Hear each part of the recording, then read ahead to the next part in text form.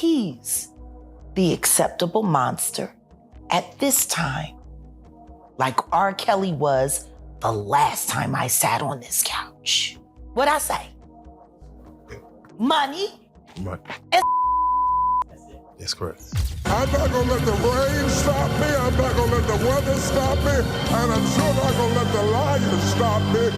We all know that T.D. Jakes is a prominent pastor, author, and filmmaker, right? However, right now, he is in the headlines for being a staple at Diddy parties. Recent allegations against Diddy has forced people to be skeptical of people closely associated with Diddy. The word has it that Jakes was participating in the illegal activities Rodney Jones mentioned in his complaint. Let's dive into this latest controversy that has a pastor and a potential ST on the same page. 1. T.D. Jakes and Diddy. In the last few months, Diddy, who has been accused of multiple civil lawsuits accusing him of ST, SA, and R, however, he has denied any involvement in such activities. Well, no one is taking his denial seriously, and on the contrary, whistleblowers like Jaguar has been dropping key pieces of information regarding his recreational activities, if you know what I mean. And right now, there is a fierce debate going on right now online regarding Bishop T.D. Jakes, who has been accused of intimate acts with other guys at parties given by P. Diddy. Listen, the thing is, T.D. Jakes has been a pretty public attendant at Diddy parties, so there is no way he can escape the tirade of allegations made against P. Diddy. Although no allegations directly target Jakes, but it's the activities that took place during those events that has people speculating. Now, Diddy parties have been infamous for being on the wild side for years, but ever since Diddy has been dragged into lawsuits with allegations involving laced drinks and underage women, things were put into perspective, to say the least. he's a He's got guns and he's got semen-coated VHS tapes. No.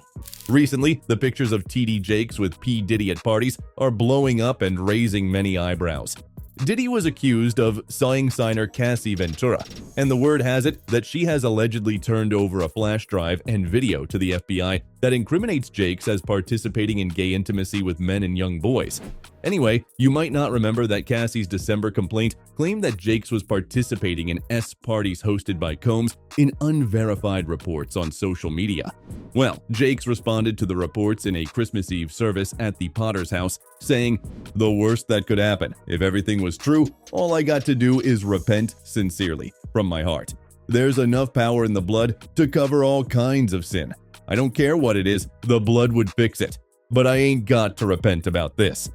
Not only that, Jakes was also mentioned in the Rodney Jones lawsuit. The complaint alleged that Jones has irrefutable evidence of Combs detailing how he planned to leverage his relationship with Bishop T.D. Jakes to soften the impact on his public image of Cassie Ventura's lawsuit. You might be wondering that Jakes' appearances at Diddy parties might just be a cleansing technique, but that the reports reflect otherwise. You see, as a result of attending those infamous parties, Jakes got a sermon series at Diddy's network, Revolt TV, and we all know what people have to do to get such big projects from Diddy. Back in 2021, Diddy announced a brand new exclusive sermon series on the network that will be hosted by global Christian leader Bishop T.D. Jakes under the disguise of reaching the young audience of the channel. At that time, Jakes said, "This partnership with Revolt is a great opportunity to further expand our reach to a younger generation. In the last year or two, many young people have been adversely affected by a mix of economic woes and a pandemic both here in the United States and around the world. I am looking forward to an alliance that engages with this unique audience while also empowering and uplifting them." Anyway, his support for Diddy and his network was allegedly money-based, because Jakes allegedly turned on his word as soon as Diddy had to step down from his position as chairman. You see, in the wake of Cassie's lawsuit, Diddy claimed that he wanted to do the right thing by stepping down as allegations leveled against him were affecting his network's reputation. Jakes gave a speech during one of his sermons in an attempt to clear his name. He said, "I didn't come to convince you or nobody because I know who I am. That is not what this is about. You can think about whatever you want to think. I came to do my job. I came to prothesis as I was commanded. I came to hear the master say, 'Well done, thou good and faithful servant.' I will not use this sacred day at this sacred pulpit to address a lie when I have a chance to preach the truth." And believe it or not, this is not the first or second time Jakes has tried to clear his name off his involvement in Diddy scandal. When the first allegations came out, Jakes tucked himself away and resorted to release a statement through a spokesperson. The statement claimed that the allegations regarding Jakes were unequivocally false and baseless. But the fans believe that there might be more things at play. You see, it might be possible that Diddy might have spilled the beans to the feds regarding the bishop, and that's why Jakes is issuing statements left and right. One of the fans commented, "Y'all talking about Meek and Diddy when y'all need to be wondering where TD Jakes is at? And why now the Shade Room is posting on the Diddy situation, knowing TD Jakes is tied to the allegations? Ask yourself if his mentor friend turned on him and made a deal to save his empire."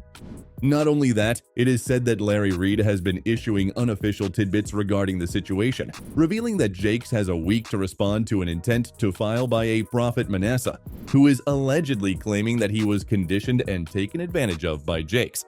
You won't catch me partying with Diddy. I ain't TD Jakes. And Kirk Franklin's getting the call the LGBT cause he fake. I was in Tokyo getting in them scriptures. You can go ask Jay.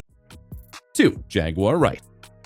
Okay, so Jaguar Wright has been one of the few consistent whistleblowers who cracked the code to Diddy's antics from the very beginning and has been calling him out ever since. Now that all the allegations have been proven to be right, people have been trying to get in contact with her. Jaguar revealed that on the day of the raid, she got a lot of attention. However, the higher-ups backing Diddy did not want Jag to come to light, so they tried to threaten her into keeping her voice down by alleging that she was emotionally vulnerable and wanted to eliminate herself. She has claimed that she had been to Diddy parties multiple times, and she knew full well about the filthy shenanigans that go on in these parties. Now, before you falter for attending the parties, Jaguar explained that since she was an industry insider, no one used to stop her for entering. And guess what? She used to walk people out of that place so that they didn't fall prey to Diddy's schemes. She also alleged that high doses of substances were given to the attendees of the party that were illegal. You got 3 powerful and full coloring. Jag claimed that she had known that Cassie would come forward long before it really happened. She revealed that although she and Cassie have not seen each other in person, she is close with people around Cassie who allegedly informed Cassie's intentions to her. You might not believe it, but Jaguar had actually known about the deets of Cassie's relationship with Diddy before the lawsuit came out, and she had spilled the beans to another Hollywood journalist, Storm Monroe. Since Jaguar is an insider, she was also a part of the Diddy party, as she used to work closely with Jay-Z, but she revealed that she was there to connect the dots. She explained that the only thing that is going on at the Diddy party is just wild intimacy. She alleged that Diddy would have people in compromising positions due to the facilities he provided, and then he would catch them on tape and later allegedly used it to his advantage. And by the way, these freak-off parties are much more common than many of you might think. You see, according to Jag, these parties were the ticket to success for most of the upcoming rappers and entertainers. On top of that, Jag explained that Young Jock was one of the people who spoke truth regarding Diddy's activities. For those who don't remember, Jock was the one who revealed the real story behind Cassie's iconic cut. Young Jock said Diddy and Cassie were in a club, and Diddy saw one of the dancers with her head half shaved. Diddy turned to Cassie and said, "I want your hair like that." Young Jock questioned Cassie about it, and she said, "I do whatever Sean tells me to do." You all know that recently, Keffi D, the man who had unabashedly claimed involvement in Tupac's demise for years, was finally apprehended sometime last year. But what he's revealed is nothing short of astonishing, as he alleged that Diddy was masterminded the entire operation, supposedly paying Keef D a jaw-dropping $1 million to orchestrate the tragic fates of Tupac. Now, it might not be far from the truth that Sean Combs is indeed panicking on the inside. There was supposed to be $1 million that Zip was supposed to bring back, but he ended up keeping the money. You guys never got any money. Never. For anything. Nothing. Keffi repeatedly alleged that Diddy was dead set on elimination, and he found Diddy's urgency crazy. That was stupid as hell. He said he'd give us anything for these guys' head, you know? And he said it in front of all those people. I couldn't believe it. When he told me, I said we wanted $1 million. But the things have come full circle, as Jaguar revealed that if the trial went the way she expected, Diddy might be forced to allegedly admit his involvement. I think the KPD trial has the potential to force Sean Combs to finally be honest about some things that he hasn't been honest. After Jaguar revealed Diddy's alleged connection to Tupac's demise, she explained that the media outlets did not report the whole raid. You see, Jag claimed that unlike what the media has led us believe, Diddy's New York house was also raided that day. She alluded that the feds might have wanted to keep their NY visit a secret. Jag's contacts in the armed forces claimed that the feds had not informed the officers who were participating in the raid that they were paying a visit to Diddy's mansions. Fans believe that it may be since Diddy had ears everywhere. Sources claimed that the feds wanted to cuff up Diddy right after the raid, but Diddy had been long gone before they arrived. And get this, Tupac was not the only person who was allegedly sacrificed at the hands of Diddy. Jaguar alleged that there is a whole list of redacted rappers who were far more talented than the current rappers, but they were taken out one way or another. One of the rappers on the said list is Big L. Jaguar claimed that Diddy alleged lent his resources to Jay-Z in order to eliminate Big L. In an old interview, she said, "Sean Carter, I believe everything that Big L ever told me. He never lied to me. Lamont never lied to me. And the last time I was with him, he told me that you was gonna try to unalive him. He told me not to trust you. He told me to watch out for you, and he told me that your greatest sin is coveting Sean Carter. You're a coveter. I have no doubt in my mind that it was you that sent the shooter to shoot Beanie Ear Siegel as soon as he got home. His mother was so terrified, we had to show it the TLA. 3. Diddy raid and lawsuits. Okay, so Diddy's downfall began when in November 2023, Sean Combs was accused of R&A by his former partner, recording artist Cassie. The singer filed a civil complaint in a federal court on November 16th in New York City, alleging that Combs R'd and physically ate her, including instances of beating her throughout the course of their relationship. Ventura was allegedly held down by Mr. Combs and endured over a decade of his violent behavior and disturbed demands. The complaint further alleged that Combs blew up the car of rapper Kid Cudi after Combs learned that he was romantically interested in Ventura. In a statement to the New York Times, a spokesperson for Mescudi confirmed the account, saying that it was all true. Well, even though Diddy settled one day after Ventura filed, the damage was done. This lawsuit spurred many other victims to come forward with their allegations. In one civil suit, Joy Dickerson Neal alleged that Combs D'd and SA'd her in 1991 when she was a college student. The lawsuit's complaint sought restitution specifically for injuries she had suffered as a result of being D'd, SA'd, and A'd, and being the victim of revenge porn that Sean allegedly created and distributed. Well, there are many from where these two came from. Anyway, the music mogul Sean Diddy Combs was paid a surprise visit by the United States federal agents at two homes belonging to him. The investigation is being led by Homeland Security Investigations agents in New York, where a lawsuit was filed against Combs by a former girlfriend last year, accusing him of ST. In a statement issued by HSI, they did not elaborate on the nature of its investigation. However, it has jurisdiction to investigate the illegal movement of people, goods, money, technology, and contraband, including ST. The most probable cause of the Diddy raid is the slew of intimacy crimes leveled against him in a range of lawsuits. Aaron Dyer, Combs' attorney, released a statement saying any speculation about the raids leads to a premature rush to the judgment of Mr. Combs. He asserted that the over-the-top, military-level forced search, which was conducted at Combs' properties, showed hostility towards his client. He claimed that Combs' employees and family members were subjected to harsh behavior without any provocation. In addition to that, he tried to clean Combs' name as much as possible. He claimed that since Combs was never detained but spoke to and cooperated with authorities, he is not guilty by any means.